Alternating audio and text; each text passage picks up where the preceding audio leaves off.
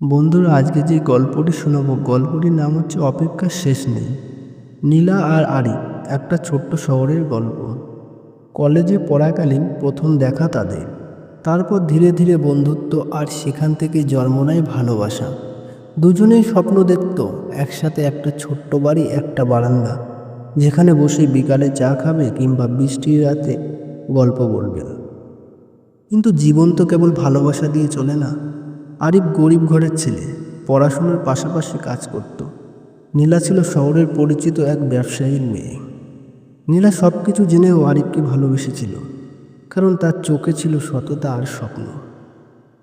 নীলার বাবা কখনো মেনে নেননি এই সম্পর্ক। অনেক বাধা, অনেক কান্নার পর একদিন নীলা জানিয়ে দিল, আরিফ, আমাকে ভুলে যাও, আমি লড়তে পারবো না আর। আরিফ কিছু বলেনি, কেবল বলেছিল, আমি অপেক্ষা করব যতদিন লাগে। সময় কেটে গেছে। নীলা বিয়ে করেছে, কৃতিত্বর পর এক মানুষের সঙ্গে, যার সঙ্গে প্রেম ছিল না, কেবল দায়িত্ব আর বাধ্যতা কথা।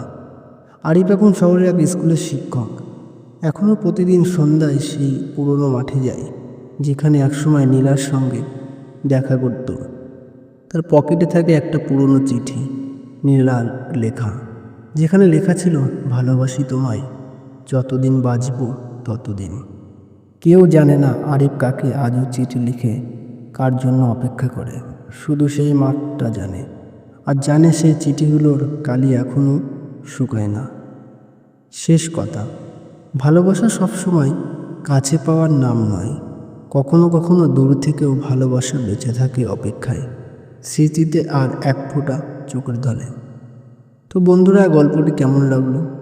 যদি ভালো লেগে থাকে, আর এরকম কে কে ভালোবাসা পাওনি, অবশ্যই কমেন্টে জানিয়ে দিও।